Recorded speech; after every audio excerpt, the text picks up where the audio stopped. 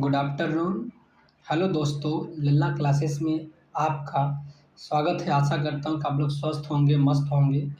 ये Indian geography का lecture number 3 है जो आज हम बताने जा रहे हैं। इसमें दो बातें कहेंगे कि ये ज़िंदगी है साहब, उलझेगी नहीं तो सुलझेगी कैसे, बिखरेगी नहीं तो निखरेगी कैसे। ठीक है, इसको उलझने दीजिए, फिर सुलझेगा और बिखरेगा तभी निखरेगा। अब आगे हम देखेंगे 47 नंबर पे अपने आप को लेकर के चले हैं। कहाँ पे? 47 नंबर पे सबसे ऊपर देखेंगे गिलगित और जम्मू कश्मीर के बीच में बुर्जिल दर्रा है। ठीक है, गिलगित और श्रीनगर के बीच में जो है बाबू, कौन सा दर्रा आपको देखने को मिल रहा है? बुर्जिल दर्रा। कौन सा दर्रा देखने को मिल रहा है? बुर्जिल दर्रा देखने को मिल रहा है। ठीक है, और श्रीनगर और लेह के बीच में जोजिला दर्रा है। जोजिला दर्रा है, श्रीनगर और लेह के बीच में है। श्रीनगर और लेह के बीच में कौन सा दर्रा है? जोजिला दर्रा। हाँ, श्रीनगर ले चलो कैसे?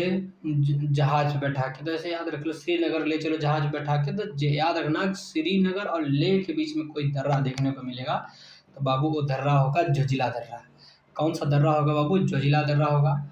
और श्रीनगर और जम्मू के बीच में जो दर्रा होगा वो बनिहाल दर्रा होगा। हाँ, तब बताए हैं कि जम्मू वाला जो होता है ना, ये जम्मू वाला, ये बनिया मतलब कि बेईमानी कर लेता है जम्मू वाला। तो बनिहाल दर्रा, उसी को हम जवाहर सुरंग बोलते हैं। ठीक है बाबू, तो जब भी कोई पूछे कि श्रीनगर जम्मू के बीच में कोई पूछे कौन सा दर्रा है, तो बनिहाल दर्रा है, जवाहर सुरंग है। जम्मू और कश्मीर के बीच में कोई दर्रा पूछे तो पीर पंजाल दर्रा है। तो ठीक है, जम्मू कश्मीर पीर पंजाल तो है ही, बनिहाल जम्मू कश्मीर में तो है ही। याद करने की बात क्या है? बुर्जिल दर्रा गिलगित और श्रीनगर के बीच में था, थोड़ी ये याद रख लो। और श्रीनगर और लेह के बीच में जोजिला दर्रा है, थोड़ी ये याद कर लो। ठीक है, आगे हम देखेंगे भारत के प्रमुख हिमनद ग्लेशियर। तो भारत के प्रमुख हिमनद कहाँ पे है और कौन सा ग्लेशियर है, उनकी किलोमीटर में दूरी क्या है? तो सियाचिन ग्लेशियर स्थित है, तो कराकोरम में ही आपको सियाचिन देखने को मिलेगा। बियाफो ग्लेशियर भी कराकोरम में ही देखने को मिलेगा। हाँ, उसके बाद हिस्पार भी ग्लेशियर कहाँ मिलेगा? कराकोरम में। बाल्टोरो भी ग्लेशियर कहाँ देखने को मिलेगा? कराकोरम में ही मिल जाएगा। ससाइनी ग्लेशियर भी मिलेगा तो कराकोरम में। खोर्दोजीन कहाँ पे मिलेगा? कराकोरम में ही देखने को मिलेगा। चोगोलुंगमा पूछेगा आगे, चोगोलुंगमा कहाँ पे देखने को मिलेगा? तो कराकोरम में ही देखने का मिलेगा। तो क्या क्या? सियाचिन ग्लेशियर कराकोरम में है, बियाफो ग्लेशियर कराकोरम में है, हिस्पार ग्लेशियर कराकोरम में है, बाल्टेरो ग्लेशियर कराकोरम में है, ससाइनी भी कराकोरम में है, खोर्दोजीन भी कराकोरम में है और चोगोलुंगमा कराकोरम में है। रीमो नाम का ग्लेशियर आता है, हिमनद आता है, ये कहाँ पे मिलेगा बाबू? आपको रीमो तो कश्मीर में मिलेगा। रीमो नाम का हिमनद कहाँ देखने को मिलेगा बाबू? कश्मीर में देखने को मिलेगा। रीमो नाम का हिमनद कहाँ देखने को मिलेगा बाबू? कश्मीर में मिलेगा। पुनमाह भी कश्मीर में मिलेगा, रूपल भी, दियामीर भी कश्मीर में। ठीक है, तो कोई पूछे रीमो नाम का जो है ग्लेशियर कहाँ देखने को मिलेगा बाबू? कश्मीर में। पुनमाह कहाँ पे देखने को मिलेगा? कश्मीर में। रूपल नाम का ग्लेशियर कहाँ देखने को मिलेगा? कश्मीर में। दियामीर नाम का ग्लेशियर कहाँ देखने को मिलेगा बाबू? कश्मीर में मिलेगा। यमुनोत्री कहाँ पे देखने को मिलेगा बाबू? उत्तराखंड में मिलेगा। यमुनोत्री कहाँ पे देखने को मिलेगा बाबू? उत्तराखंड में देखने को मिलेगा। और गंगोत्री भी उत्तराखंड में मिलेगा। जेमू पूछ लिया तो सिक्किम और नेपाल के बीच में जेमू ग्लेशियर कहाँ पे देखने को मिलेगा बाबू? सिक्किम और नेपाल के बीच में। यमुनोत्री और गंगोत्री दोनों उत्तराखंड में है। दियामीर कश्मीर में है। दियामीर कश्मीर और रूपल कश्मीर, पुनमाह कश्मीर, रीमो, रूपल, पुनमाह, दियामीर 4 कश्मीर में।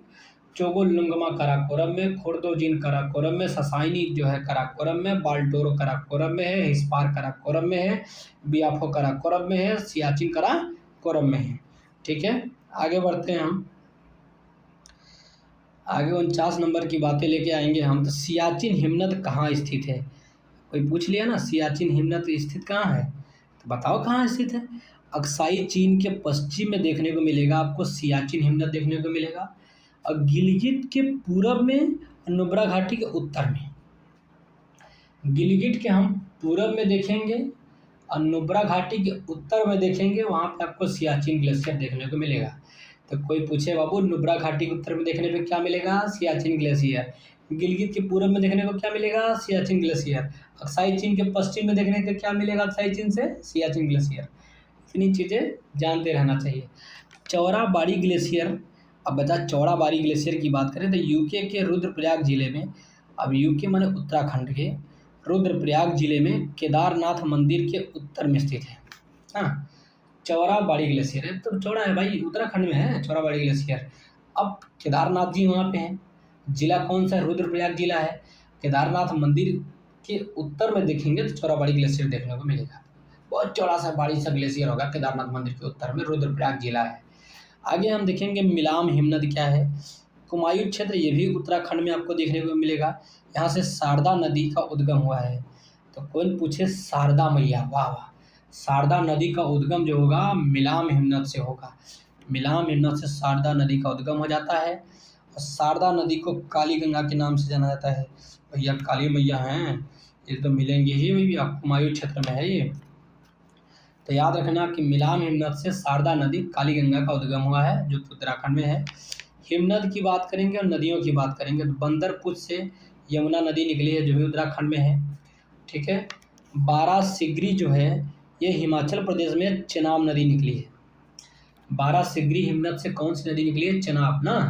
हाँ, बारासिगरी, बारासिगरी, बारासिगरी मतलब कौन सी नदी निकली हुई है, चेनाब नदी निकली है बारासिगरी से। बारासिगरी कहाँ पे बाबू, हिमाचल प्रदेश में है। मिलाम तो बता दिए कि गौरी गंगा या तो शारदा नदी या काली गंगा मिलाम निकली है, मिलाम हिमनद से। सियाचिन से नुब्रा, नुब्रा नदी जो है सियाचिन ग्लेशियर से निकली हुई है, इसीलिए नुब्रा घाटी के उत्तर में सियाचिन ग्लेशियर है, याद रखना। और जेमू जो है सिक्किम में है। जेमू ग्लेशियर कहाँ पे, सिक्किम में है बाबू, तिस्ता नदी निकली हुई है। जेमू ग्लेशियर कहाँ पे है बाबू, सिक्किम में। कौन सी नदी निकली हुई है बाबू, तिस्ता नदी। जेमू ग्लेशियर कहाँ है, सिक्किम में है, और तिस्ता नदी निकली है, याद रखना। और सियाचिन से नुब्रा नदी निकली है, मिलाम से गौरी गंगा बोलेंगे, शारदा काली गंगा बोलेंगे। बारासिगरी की जैसे ही बात आए तो हिमाचल प्रदेश में चेनाब नदी निकल जाएगी, बंदरपुर उत्तराखंड में यमुना नदी निकलेगी। ठीक है। आगे हम देखेंगे कार्बोनिफेरस युग में दामोदर नदी, कार्बोनिफेरस युग में दामोदर नदी, सोन नदी, ये तो हमारे घर के आसपास है। महानदी, गोदावरी बेसिन में कोयले का निर्माण हुआ। भैया हो, इतना तो काहे घुमाई के बतावत है, ऐसे याद रखा कि कार्बोनिफेरस भैया कोयला के लिए प्रसिद्ध है। अब कोयला कहाँ कहाँ निकलेगा, दामोदर बेसिन में कोयला निकलता ही है, सोन नदी में कोयला निकलता ही है, महानदी गोदावरी में कोयला निकलता ही है। इसलिए कार्बोनिफेरस युग में दामोदर नदी में, सोन नदी में, महानदी में, गोदावरी बेसिन में कोयले का निर्माण हुआ है, बस। ठीक है, कोयले का निर्माण किसमें हुआ, कार्बोनिफेरस युग में, नदियों में। ठीक है, तो दामोदर, सोन, महानदी, गोदावरी, बस। आगे हम देखेंगे क्रिटेशियस युग में बेसाल्ट निर्मित दक्कन ट्रैप का निर्माण हुआ ना। तो मैंने दक्कन ट्रैप की जैसे ही बात, मैंने डीके का नाम ले लिया था। तो क्रिटेशियस युग में बेसाल्ट निर्मित, कैसे से बना हुआ है वो, बेसाल्ट से बना हुआ है। दक्कन ट्रैप कैसे बना हुआ है, बेसाल्ट से बना हुआ है। दक्कन ट्रैप कैसे बना होगा बाबू, बेसाल्ट से बना होगा। दब जाएंगे, दक्कन ट्रैप इतना मजबूत है, बेसाल्ट ट्रैप से बना होगा, और क्रिटेशियस युग में बना हुआ है, ये एक चीज़ जान लो। आगे हम देखेंगे उत्तर में अरावली पर्वत श्रृंखला है, नॉर्थ में, और दक्षिण में विंध्य श्रृंखला है। हाँ, अब पूरब में बुंदेलखंड का पठार है। ठीक है, और मालवा का पठार की स्थिति दक्षिण में ही मिल जाएगी आपको। ये तो चीज़ ठीक है, बता दिया, उसमें कोई इशू तो था नहीं। आगे हम देखेंगे 55 नंबर की कहानी देखेंगे अब। अरावली ठीक है ऊपर है, नीचे विंध्य श्रृंखला है। हाँ, और अरावली और विंध्यन ये सब जो है सतपुड़ा, ये अवशिष्ट पर्वत के उदाहरण है ना। अरावली, विंध्यन ये सब अवशिष्ट पर्वत के उदाहरण हैं। बुंदेलखंड का जो पठार है ये पूरब में पड़ता है। इन दोनों पहाड़ियों के पूरब में देखेंगे तो बुंदेलखंड का पठार पड़ेगा। विंध्याचल, विंध्यन श्रृंखला के नीचे देखेंगे मालवा पठार मिलेगा। मेघालय पठार गारो खासी जयंतिया पहाड़ी पर स्थित है। वाओ, मेघालय पठार, मेघा वाला आलय पठार। तो मेघा लोग टर टर गाते हैं, खाँव खाँव करते हैं खांसी, और जय जय करते हैं जयंतिया। तब मेघालय पठार की जब भी बात करें तो गारो खासी पहाड़ियाँ पर का हिस्सा है। मेघालय पठार गारो खासी 3 पहाड़ियों का हिस्सा है। भुवन पहाड़ियाँ मिजो हिल्स का भाग है। भुवन पहाड़ियाँ किसका? मिजो हिल का। तो आदमी जब हाथ पैर दबवाता है, मिजवाता है, तो कहाँ पे? घर में। भाई रोड पे थोड़ी किसी से मिजवाएगा, घर में ही तो मिजवाएगा ना। तो मतलब कि ऐसे याद रखना कि भुवन पहाड़ियाँ जो है वो मिजो हिल्स का भाग है। इतना याद रखना कि भुवन पहाड़ियाँ क्या करेगा बाबू? वो मिजो हिल्स का भाग हो जाएगा भुवन पहाड़ी। ठीक है। अब आता है दंडकारण्य क्षेत्र का विस्तार। अब पूछा जाए कि दंडकारण्य का क्षेत्र कहाँ कहाँ तक है, तो हमको बताना पड़ेगा कि इंडिया का मैप ऐसे बना लो। ठीक है, इंडिया का मैप बना लिए। दंडकारण्य का पठार देख लो, इधर उड़ीसा से स्टार्ट हो रहा है, यहाँ से लेते हुए आंध्र प्रदेश तक। ठीक है, फिर यहाँ से इधर महाराष्ट्र एरिया में आ गए। ठीक है ना, फिर तेलंगाना और छत्तीसगढ़। ठीक है, तो दंडकारण्य क्षेत्र का जो विस्तार है वो कितने राज्यों में बाबू? उड़ीसा, आंध्र प्रदेश, महाराष्ट्र, तेलंगाना, छत्तीसगढ़। उड़ीसा, छत्तीसगढ़, तेलंगाना, महाराष्ट्र, आंध्र प्रदेश। उड़ीसा ले लो, छत्तीसगढ़ ले लो, तेलंगाना ले लो, महाराष्ट्र ले लो, आंध्र प्रदेश। ये दंडकारण्य क्षेत्र का विस्तार हुआ। जब भी दंडकारण्य क्षेत्र का विस्तार हो तो मैप आपके दिमाग में आ जाना चाहिए कि पूरब में उड़ीसा और आंध्र प्रदेश हो जाएगा, पश्चिम में महाराष्ट्र, और बीच में तेलंगाना और छत्तीसगढ़ को देख लेंगे। ठीक है, तो कुल मिला के 5 राज्य में इसका दंडकारण्य क्षेत्र का विस्तार है। भारत का औसत समुद्र तल नापा जाता है चेन्नई तट से। नापेंगे बाबू, चेन्नई तट कहाँ है? तमिलनाडु में है। यहाँ से एवरेज जो है समुद्र तल मापा जाता है। भारत का औसत समुद्र तल नापा जाता है कहाँ बाबू? चेन्नई तट से मापेंगे हम। ठीक है, और ये 24 नॉटिकल मील, फिर 200 नॉटिकल मील, फिर 12 नॉटिकल मील। ठीक, तो देखो, प्रादेशिक जल या क्षेत्रीय सागर तट से 12 नॉटिकल मील जब जाएंगे तो क्षेत्रीय सागर बोलेंगे, प्रादेशिक जल बोलेंगे। तट से 12 नॉटिकल मील की दूरी तक क्षेत्रीय सागर बोलेंगे, प्रादेशिक जल बोलेंगे, टेरिटोरियल वाटर बोलेंगे। ठीक है, समीप स्थल मंडल तट से 24 जो नॉटिकल मील जाएंगे। कितना बाबू? 24 नॉटिकल मील जाएंगे, उसको समीपस्थ मंडल बोलते हैं।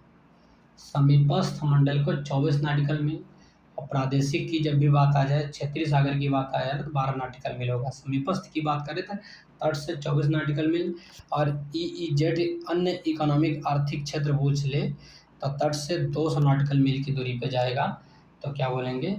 EEZ। आगे क्या कह रहा है बाबू? सबसे लंबी तट रेखा देखिएगा तो गुजरात राज्य की सबसे लंबी तट रेखा है 1214 किलोमीटर। ठीक है, गुजरात राज्य की सबसे लंबी तट रेखा है 1214 किलोमीटर, और AP की 973 किलोमीटर है, 973 किलोमीटर तट रेखा। AP की कितनी है? 973 किलोमीटर बस।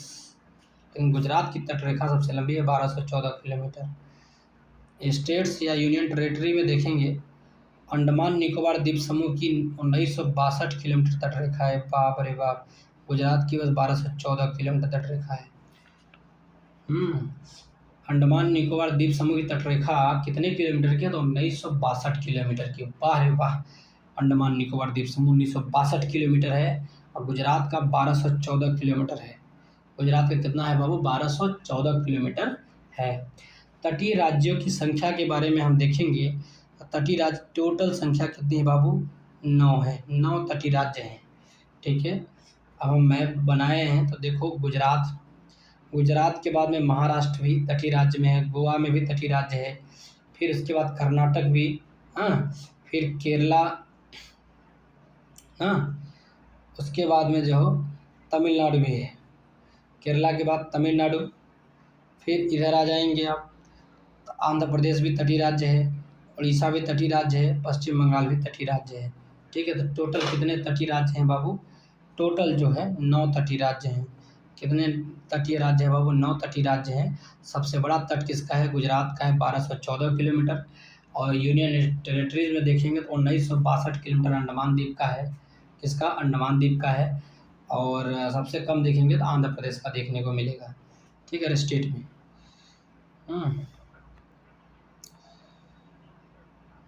आगे क्या कहा गया है? हिंद महासागर का अन्य नाम है Ratnakar, jewel of mine. Bappa अरे बप्पा, हिंद महासागर का अन्य नाम क्या है बाबू? रत्नाकर, जेवेल ऑफ माइन बोलेंगे। क्या बोलेंगे? जेवेल ऑफ माइन बोलेंगे। ठीक है, आगे तटीय अपरदन का मतलब क्या होता है ना बाबू? तटीय अपरदन का मतलब क्या होता है? देखो, समुद्री लहरों, ज्वार भाटा, धाराओं, सुनामी लहरों, मानवीय क्रियाकलाप ना। तो तटीय अपरदन जो होगा समुद्री लहरों से होता है। ठीक है, और ज्वार भाटा से भी तटीय अपरदन होता है, धाराओं से भी होता है, सुनामी के लहरों से होता है, मानवीय क्रियाकलापों से होता है। सर्वाधिक तटीय अपरदन कैसे होगा? वो सबसे अधिक तट का अपरदन होता है लहरों से। हाँ, लहर जाएगा तट पे, मारेगा धक्का ले खचाक, तो मिट्टी कट के आएगी, नीचे गिरेगी धड़ाम। तो ऐसे ही याद रखना कि सबसे ज़्यादा तटीय अपरदन कैसे होगा बाबू? लहरों से होता है। एक क्वेश्चन यहाँ से भी बनाते हैं। पश्चिमी तटीय प्रमुख शहरों का उत्तर से दक्षिण क्रम देखेंगे। पश्चिमी तटीय प्रमुख शहरों का उत्तर से दक्षिण क्रम देखेंगे। अब देखो, पश्चिम तट में जंजीरा सबसे पहले पड़ेगा। जंजीरा महाराष्ट्र में है। सिंधुदुर्ग ये भी महाराष्ट्र में है। कन्नूर केरल में है। और नागरकोइल कन्याकुमारी तमिलनाडु में है। नागरकोइल तमिलनाडु। भैया नागरकोइल कहाँ की है? कन्याकुमारी। भाई कोयली कन्या है तो ये तमिलनाडु में मिलेगी। नागरकोइल कहाँ पे मिलेगा? कन्याकुमारी तमिलनाडु में। कन्नूर कहाँ मिलेगा बाबू? तो केरल में देखने को मिलेगा। कन्नूर कहाँ देखने को मिलेगा? तो केरल में। सिंधुदुर्ग कहाँ मिलेगा बाबू? महाराष्ट्र में देखने को मिलेगा। और जंजीरा कहाँ देखने को मिलेगा बाबू? ये भी महाराष्ट्र में देखने को मिलेगा। जंजीरा भी कहाँ देखने को मिलेगा? ये भी महाराष्ट्र में देखने को मिलता है। प्रमुख तटीय शहर की बात करेंगे हम। जंजीरा महाराष्ट्र में और उडुपी कर्नाटक में है। यह पश्चिमी तट पर है। जंजीरा महाराष्ट्र में भी पश्चिमी तट पे है, उडुपी कर्नाटक में भी पश्चिमी तट में है। ओरोविले तमिलनाडु एवं पुदुचेरी की सीमा पर है और तूतीकोरिन तमिलनाडु में है। ओरोविले की जब भी बात करें तो तमिलनाडु और पुदुचेरी की सीमा पर है। ओरोविले तमिलनाडु पुदुचेरी। ओरोविले दो जगह पे, एक तमिलनाडु और पुदुचेरी की सीमा पे ओरोविले। ओरोविले तमिलनाडु और पुदुचेरी की सीमा पे है। तूतीकोरिन तो तमिलनाडु में है। ये तो काफ़ी दिन से है, ये पूर्वी तट पे है बाबू। तो याद रखना कि ओरोविले और तूतीकोरिन किस तट पे है बाबू? तो पूर्वी तट पर है। ठीक है, तूतीकोरिन तमिलनाडु है तो पूर्वी तट हो जाएगा। और तमिलनाडु पुदुचेरी जो है ये भी पूर्वी तट ओरोविले हो जाएगा। ठीक है, अगर सागर पुलिन और राज्य की बात करेंगे, दीघा जो सागर पुलिन है पश्चिम बंगाल में, तो ये तो हम खटाक से लगाते पश्चिम बंगाल में। दीघा सागर पुलिन कहाँ पे देखने को मिलेगा बाबू? तो आपको पश्चिम बंगाल में देखने को मिलेगा। गोपालपुर में देखेंगे तो गोपालपुर सागर पुलिन कहाँ देखने को मिलेगा? उड़ीसा में। एक गोपाल, ओ गोपाल, तो याद रखने का ओ गोपाल। तो गोपालपुर यदि पूछ लिया सागर पुलिन कहाँ पे है बाबू? तो उड़ीसा में देखने को मिलेगा। ओ गोपाल ना, तो गोपालपुर जो है सागरपुर उड़ीसा में है। फिर कलांगुट गोवा में है। कलांगुट कहाँ पे है बाबू? गोवा में। कलांगुट मतलब कि गोवा जाते जाते ना, जो हमारा जो पैर है ना वो काला पड़ गया है, तो कलांगुट। तो कलांगुट गोवा में है। तो कलांगुट सागर पुलिन का नाम कोई पूछे कहाँ पे देखने को मिलेगा बाबू? गोवा में। कलांगुट सागर पुलिन कहाँ पे रहेगा बाबू? गोवा में रहेगा। मरीना, मरीला सागर बीच बोलेंगे तो तमिलनाडु में है। मरीना बीच तमिलनाडु में। मरीना कहाँ देखने को मिलेगा बाबू? ये सागर पुलिन है, यह बीच है, तमिलनाडु में है। कलांगुट की बात करें तो गोवा में। हम गोवा जाएंगे कभी कभी और कलांगुट सागर पुलिन में जाएंगे। ठीक है, और गोपालपुर देखेंगे सागर पुलिन उड़ीसा में है। दीघा सागर पुलिन कहाँ मिलेगा? पश्चिम बंगाल में। आगे हम देखेंगे बाबू, कल्याण शिखर सैडल पीक उसको बोलते हैं, सैडल पीक, और स्थित है उत्तरी अंडमान में। कहाँ स्थित है बाबू? उत्तरी अंडमान में।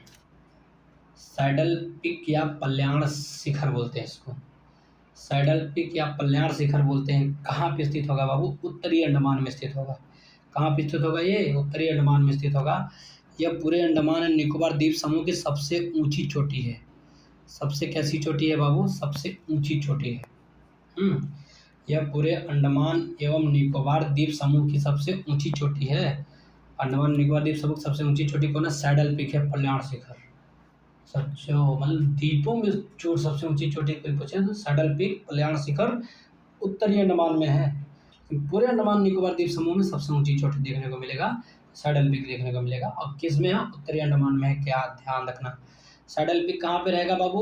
उत्तरी अंडमान में। कहाँ रहेगा? उत्तरी अंडमान में। ठीक है, आगे चलो।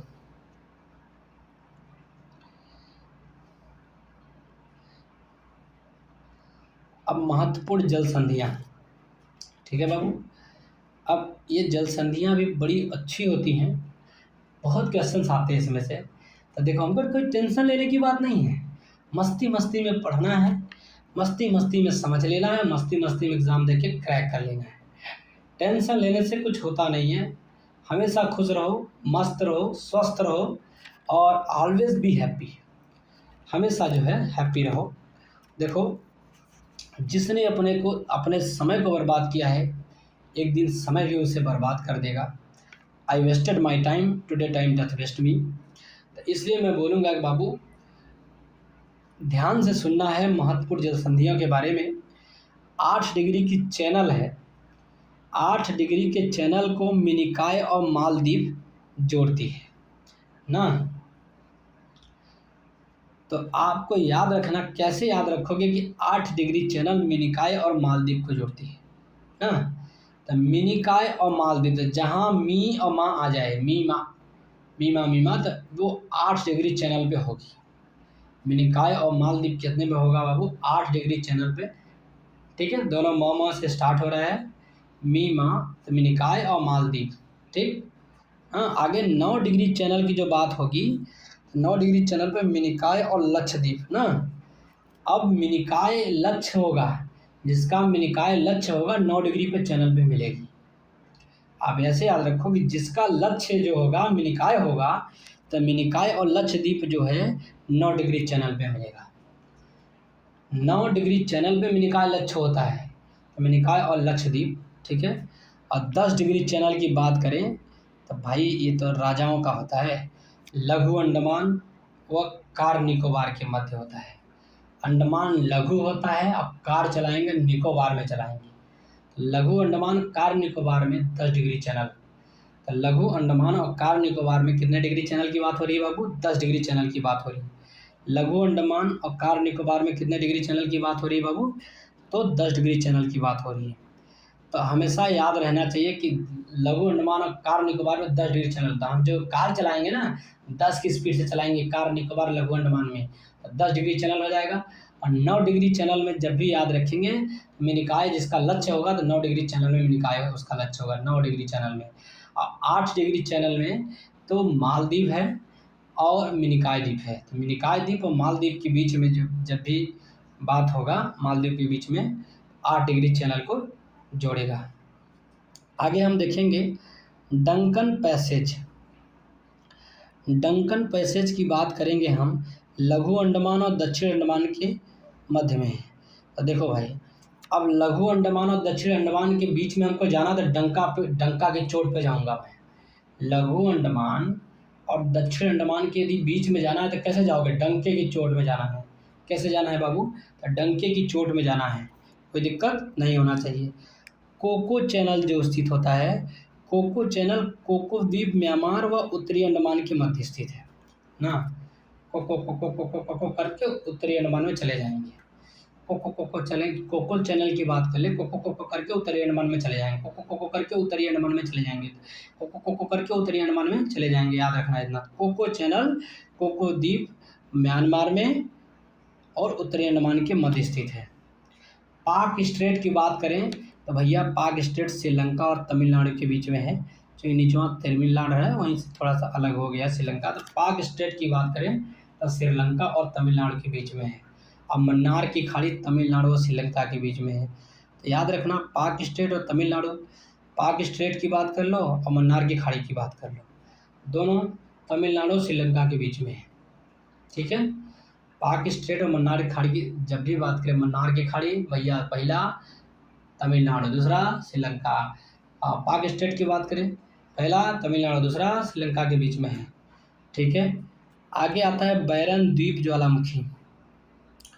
बैरन द्वीप ज्वालामुखी भारत का एकमात्र सक्रिय ज्वालामुखी है। हाँ, कैसा ज्वालामुखी है बाबू? सक्रिय ज्वालामुखी है ना। तो सक्रिय ज्वालामुखी तो एक गाना है, इरे लिया बहरी पिया कोई लिए जाए हो। तो मतलब कि ये सक्रिय है, चल रही है, ट्रेन भी चल रही है, उस समय सक्रिय है। तो यहाँ भी बैरन द्वीप ज्वालामुखी भी कैसा है बाबू? सक्रिय ज्वालामुखी है। राजधानी जो होगी पोर्ट ब्लेयर से 135 किलोमीटर उत्तर पूर्व में स्थित है ना। राजधानी जो होगी जो हमारा पोर्ट ब्लेयर से 135 किलोमीटर उत्तर पूर्व में स्थित है। हाँ, तो याद रखना कि भारत का एकमात्र सक्रिय ज्वालामुखी है और बैरन द्वीप ज्वालामुखी है। हाँ, और राजधानी पोर्ट ब्लेयर से कितनी दूरी पर है बैरन द्वीप ज्वालामुखी? 135 किलोमीटर तक। बैरन द्वीप ज्वालामुखी जो है पोर्ट ब्लेयर से 135 किलोमीटर की दूरी पर जब हम जाएंगे तो उत्तर पूर्व में बैरन द्वीप ज्वालामुखी आपको देखने को मिलेगा। आगे आता है एडम्स ब्रिज। एडम्स ब्रिज को हिंदी में बोलते हैं राम का सेतु। क्या बोलते हैं बाबू? राम का सेतु। तो भारत के पंबन द्वीप, भारत में एक द्वीप है जिसका नाम है पंबन द्वीप के अंतिम छोर धनुषकोडी से प्रारंभ होकर श्रीलंका के मन्नार द्वीप तक विस्तृत है। तो राम सेतु कहाँ से कहाँ तक रहेगा? तो भैया हो पंबन द्वीप के अंतिम छोर धनुषकोडी से स्टार्ट करेंगे। पंबन द्वीप के धनुषकोडी अंतिम छोर धनुषकोडी है पंबन द्वीप का। कभी कभी पंबन द्वीप तुम जाओ, पंबन द्वीप में जब जाओगे ना तो उसका अंतिम छोर क्या है? धनुषकोडी है। और धनुषकोडी से स्टार्ट होगा और जो है श्रीलंका के मन्नार द्वीप तक विस्तृत है। ठीक है, मन्नार द्वीप तक जो है ये राम सेतु बनाया गया है। ग्रेट निकोबार से निकटतम द्वीप सुमात्रा इंडोनेशिया है। ठीक है, कोई पूछ ले कि ग्रेट निकोबार से निकटतम द्वीप कौन सा है बाबू? तो सुमात्रा इंडोनेशिया है जो ग्रेट निकोबार से निकटतम है। ठीक है, आगे आता लक्का द्वीप या लक्षद्वीप समूह के अंग। अब लक्का द्वीप और लक्षद्वीप समूह के कौन कौन से अंग होते हैं? तो एक होता है अगाथी। क्या होता है बाबू? अगाथी। समूहों के अंग अगाथी, कवरत्ती, ठीक है, कल्पेनी। अगाथी, कवरत्ती, कल्पेनी। जबकि तिलनचोंग अंडमान द्वीप समूह का अंग है। तब तिलनचोंग की बात करेंगे तो कहाँ का अंग रहेगा बाबू? अंडमान द्वीप समूह का अंग है। ठीक है, कहाँ का अंग है? अंडमान द्वीप समूह का। जो तिलनचोंग है बाबू, तिलनचोंग अंडमान द्वीप समूह का अंग है। कहाँ का? अंडमान द्वीप समूह का अंग कौन है बाबू? तिलनचोंग। ठीक है, आगे हम देखेंगे बाबू भारत में प्रवाल भित्तियाँ। भारत में जो प्रवाल भित्तियाँ हैं अंडमान निकोबार में भी देखने को मिलेंगी, मन्नार की खाड़ी में भी मिलेंगी, लक्षद्वीप में भी मिलेंगी, कच्छ की खाड़ी में भी मिलेंगी, मालवन महाराष्ट्र में भी मिलेगा। ठीक है, प्रवाल भित्ति यदि हमें भारत में पाना है तो अंडमान निकोबार द्वीप चले जाओ, अंडमान निकोबार में चले जाओ, मन्नार की खाड़ी में चले जाओ, लक्षद्वीप में चले जाओ, कच्छ की खाड़ी में भी चले जाओ, मालवन महाराष्ट्र में भी चले जाओ, तो प्रवाल भित्तियाँ आपको देखने को मिलेंगी। ठीक है, आगे हम चलते हैं। द्वीप और अवस्थिति, कौन से द्वीप कहाँ अवस्थित है? तो बेअंत सयोधर, बेअंत सयोधर कच्छ की खाड़ी में ना। बेअंत सयोधर की बात करेंगे बाबू तो बेअंत सयोधर जो है अपना कच्छाइद होते हैं। कहाँ पे? कच्छाइद होते हैं, बेअंत सयोधर नाम है उनका। कच्छाइद होते थे कच्छ की खाड़ी में। तो याद रखना जब भी बेअंत सयोधर की बात आए तो कच्छा धोने की बात आए तो कच्छ की खाड़ी आ जाएगा। क्या आ जाएगा बाबू? कच्छ की खाड़ी आ जाएगा। पीरम बोलते हैं, पीरम, पीरम को क्या बोलते हैं? खंभात की खाड़ी। पीरम को क्या बोलते हैं बाबू? खंभात की खाड़ी। हाँ हाँ, पूरा पीरम पूरा खा जा, पूरा पी जा भैया, है को बचे ना। तो पीरम जो है पूरा खंभात की खाड़ी में है। पीरम कहाँ देखने को मिलेगा बाबू? खंभात की खाड़ी में देखने को मिलेगा। द्वारका, अब द्वारका तो ये मालूम है कि गुजरात एरिया में अरब सागर के तट पे है, तो ठीक है, कोई दिक्कत नहीं है। और द्वीप की बात करें, द्वीप काठियावाड़ के तट पे है। द्वीप भी कहाँ पे मिलेगा आपको? काठियावाड़ तट के पास मिलेगा। ठीक है, तो द्वीप कहाँ देखने को मिलेगा? काठियावाड़ तट पे मिलेगा। द्वारका अरब सागर के तट पे। पीरम की जैसे ही बात करें, पूरा पी जा पूरा खाई जा, तो पीरम खंभात की खाड़ी। बेंद सयोधर, कच्छा धोने की बात है, कच्छ की खाड़ी में आ जाएगा। कोरी क्रिक, क्या क्या देखेंगे बाबू? कोरी क्रिक निवेशिका की बात करेंगे हम। तो कोरी क्रिक जो होगा कच्छ के रन में अवस्थित है, यह एक दलदली भूमि है। वाह, कोरी क्रिक ये दलदली भूमि है, दलदली। कोरी क्रिक, मान लो कोई किसी इंसान का नाम होता कोरी क्रिक, तो हम बताइए दलदली। दलदली भूमि में कोरी क्रिक, यह कच्छ के रन में स्थित है। ठीक है, कच्छ के रन में स्थित है कोरी क्रिक, क्योंकि दलदली भूमि है। आगे हम राज्य यूनियन टेरेटरी की बारे में देखेंगे। उसमें कुछ पाट अंचल, अंचल का मतलब क्षेत्र इलाका होता है बाबू। अब पाट की बात करें, झारखंड में स्थित छोटा नागपुर है।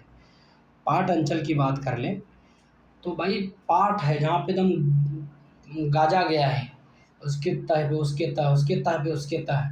अंचल का मतलब क्षेत्र झारखंड में स्थित छोटा नागपुर में स्थित है, बिहार में। भारत का कोहिनूर आंध्र प्रदेश, क्योंकि कोल्लूर की खान से प्राप्ति हो रही है।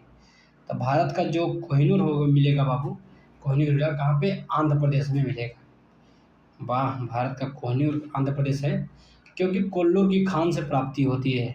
कोहिनूर कहाँ से प्राप्त होती है? कोल्लूर की खान से। कहाँ पे बाबू? आंध्र प्रदेश में। ठीक है, मणिपुर में 92% पर्वतीय भूमि है, 8% नदी घाटी है। मणिपुर का पूरा क्षेत्र 92% पर्वतीय भूमि है। कैसी भूमि है? 92% बाबू पर्वतीय भूमि है, और 8% क्या है? नदी घाटी है। 8% क्या है बाबू? नदी घाटी है। मणिपुर की लोकटक झील में तैरने वाले द्वीप को फुमड़ी कहते हैं। फुमड़ी कहते हैं। जब भी हम देखेंगे मणिपुर की लोकटक झील है, उसमें तैरने वाले द्वीप को क्या बोलते हैं बाबू? फुमड़ी बोलते हैं। क्या बोलते हैं? फुमड़ी। आगे एनसीआर राष्ट्रीय राजधानी क्षेत्र, टोटल 3 स्टेट देखेंगे क्या? तो 3 स्टेट्स जो है टच कर रहे होंगे एनसीआर को। देखो कौन कौन से टच कर रहे हैं। तो राजस्थान का एक अलवर और भरतपुर जो है एनसीआर को टच कर रहे हैं। ठीक है, अलवर और भरतपुर। अब उत्तर प्रदेश का तो बहुत जगह टच कर रहा है एनसीआर को। मेरठ भी टच कर लिया, गाजियाबाद तो तुम आ ही जा रहे हो, देख ही रहे हो। हापुड़ भी देख लिया, ये भी टच कर रहा है। गौतम बुद्ध तो तुम गए ही हो, ये भी दिल्ली से टच कर एनसीआर से। बुलंदशहर भी दिल्ली एनसीआर से टच करेगा। मुजफ्फरपुर भी दिल्ली एनसीआर से टच करेगा। शामली भी, अच्छा शामली इसके पास में है, तो शामली का ही हमारा दोस्त है। ठीक है, तो ये भी दिल्ली एनसीआर से टच किया। बागपत भी ये भी पास में है। हाँ, तो टोटल 8 जिले, यूपी के टोटल 8 जिले शामिल है जो दिल्ली एनसीआर टच करते हैं। और राजस्थान के कितने जिले? 2 जिले हैं। ठीक है, राजस्थान के कितने जिले हैं बाबू? सिर्फ 2 जिले हैं जो दिल्ली एनसीआर को टच करते हैं, लेकिन यूपी के 8 जिले हैं जो दिल्ली एनसीआर को टच करते हैं। कोई दिक्कत? अब हरियाणा में फरीदाबाद है, ये भी टच करता है। गुरुग्राम भी ये भी टच करता है। मेवात भी ये भी टच करता है। रोहतक ये भी टच करता है। दिल्ली को सोनीपत ये भी टच करता है। रेवाड़ी ये भी टच करता है। झज्जर ये भी टच करता है। पानीपत ये भी टच करता है। पलवल ये भी टच करता है। करनाल ये भी टच करता है। भिवानी टच करता है। मतलब हरियाणा के जो जो ज़िले दिल्ली एनसीआर से टच कर रहे हैं, सारे ज़िले के बारे में मुझे मालूम है, क्योंकि हरियाणा के बच्चे यहाँ पे रहते थे, दिल्ली में रहते हैं, उनके से मैंने नाम ही सुने हैं उनके मुँह से। फरीदाबाद मैंने नाम सुना है, गुरुग्राम मैंने नाम सुना है, मेवात सुना है, रोहतक सुना है। रोहतक तो एक मेरा फ्रेंड था। और सोनीपत भी सुना है। रेवाड़ी भी हरियाणा में है। झज्जर भी हरियाणा में है। पानीपत भी हरियाणा में है। और पलवल भी हरियाणा में है। करनाल भी हरियाणा में है। जींद भी हरियाणा में है। और भिवानी भी हरियाणा में है। ठीक है, भिवानी भी क्या है? हरियाणा में है। आगे हम देखेंगे क्षेत्रफल आधारित। क्षेत्रफल आधारित के बारे में देखेंगे तो राजस्थान क्षेत्रफल की दृष्टि से सबसे प्रथम स्थान पे है। क्षेत्रफल की दृष्टि से राजस्थान क्या है बाबू, प्रथम स्थान पर है राज्य में। और मध्य प्रदेश दूसरा स्थान पे है, महाराष्ट्र तीसरा स्थान पे है, और उत्तर प्रदेश बेचारा चौथे नंबर पे। तो उत्तर प्रदेश है बड़ा लेकिन चौथे नंबर पे बड़ा है। पहले नंबर पे राजस्थान क्षेत्रफल के आधार पर बड़ा है, दूसरे नंबर पे मध्य प्रदेश में भी देख बाग बगीचा दुनियादारी तो देखे हो मध्य प्रदेश जा करके, और महाराष्ट्र भी जाके देख लिए तुम। तो राजस्थान तो नहीं गए, ये मध्य प्रदेश से जाते हुए हम देखे हैं, महाराष्ट्र देखे हैं, उत्तर प्रदेश चौथे नंबर पे आ रहा है बाबू। तो यूपी के सीमावर्ती राज्य कौन कौन से ऐसे राज्य हैं जो यूपी के सीमावर्ती राज्य हैं? ठीक है, तो हिमाचल ठीक है, एक सीमावर्ती राज्य हो जाएगा यूपी का, हरियाणा भी, राजस्थान भी, मध्य प्रदेश भी, छत्तीसगढ़ भी, झारखंड भी, बिहार, उत्तराखंड, दिल्ली और नेपाल। ठीक है, 8 स्टेट, एक यूनियन टेरेटरी प्लस एक कंट्री, कुल लगभग 9 लोग मिल करके यूपी के सीमावर्ती राज्य में आएंगे। 8 तो स्टेट मिल करके आएंगे यूपी के सीमावर्ती राज्य में, एक यूनियन टेरेटरी आएगा प्लस एक कंट्री आएगा, यूनियन टेरेटरी एक दिल्ली है। क्षेत्रफल की दृष्टि से सबसे बड़ा जिला कोई पूछे तो कच्छ गुजरात का है, 45,674 किलोमीटर स्क्वायर है। ठीक है, क्षेत्रफल की दृष्टि से सबसे बड़ा जिला पूछ ले कि भारत का कौन सा है तो कच्छ गुजरात में पाया जाएगा बाबू, जो 45,674 किलोमीटर स्क्वायर है। कितना बाबू, 45,674 किलोमीटर स्क्वायर है क्षेत्रफल की दृष्टि से सबसे बड़ा जिला कच्छ गुजरात में। और लेह जो है बाबू लद्दाख का जो है ये 45,100 किलोमीटर स्क्वायर का इसका ज़िला है। लद्दाख में एक ज़िला है लेह, ये जो है सबसे मतलब कि क्या बोलते हैं उसको, यूनियन टेरेटरी में पूछ लिया तो 45,100 किलोमीटर स्क्वायर है इसका लेह का। तो मतलब कच्छ और लेह लगभग दोनों बराबर के बीच में, कच्छ बड़ा है लेह छोटा है ना। हाँ, कच्छ बड़ा है लेह छोटा है। आगे अब हम ध्यान देंगे, महत्वपूर्ण राजधानियाँ त्रिपुरा की अगरतला, नागालैंड कोहिमा, मणिपुर इम्फाल, अरुणाचल प्रदेश ईटानगर, असम दिसपुर, मेघालय शिलांग, मिजोरम आइजोल, सिक्किम गंगटोक, गुजरात गांधीनगर। ठीक है, नोट, क्षेत्रफल की दृष्टि से सबसे बड़ा राज्य राजस्थान प्रथम स्थान पर है, यूनियन टेरेटरी पूछेंगे लद्दाख प्रथम स्थान पर है। क्षेत्रफल की दृष्टि से सबसे बड़ा राज्य कोई पूछ ले तो राजस्थान है जो प्रथम स्थान पे है, और यूनियन टेरेटरी के बारे में पूछे तो लद्दाख प्रथम स्थान पे है। ठीक है, अब देखो पांडिचेरी का क्षेत्र विभाजन हुआ है तो तमिलनाडु, आंध्र प्रदेश और केरल के बीच में। पांडिचेरी का क्षेत्र विभाजन हुआ है तमिलनाडु, आंध्र प्रदेश और केरला के बीच में पांडिचेरी का क्षेत्र विभाजन हुआ है। तो देखेंगे केरला में तो माहे हैं, आंध्र प्रदेश में यनम है और तमिलनाडु में कराईकल और पुदुचेरी है। तो तमिल लोग क्या करते हैं, करने पे विश्वास करते हैं, तो कराईकल और पुदुचेरी तमिलनाडु, आंध्र प्रदेश में यनम, आंध्र प्रदेश वाले का नाम यनम यनम यनम, और केरल में माहे। केरल में क्या होता है बाबू, माहे। तो केरल का तो पहले से सबको मालूम होता है माहे, बस आंध्र प्रदेश का यनम होता है और कराईकल और पुदुचेरी तमिलनाडु में। तो पांडिचेरी क्षेत्र का विभाजन 3 राज्यों में हुआ है, तमिलनाडु में, आंध्र प्रदेश में, केरल में। तमिलनाडु में जिस नाम से हुआ है कराईकल और पुदुचेरी के नाम से, आंध्र प्रदेश में यनम के नाम से, केरल में माहे के नाम से हुआ है।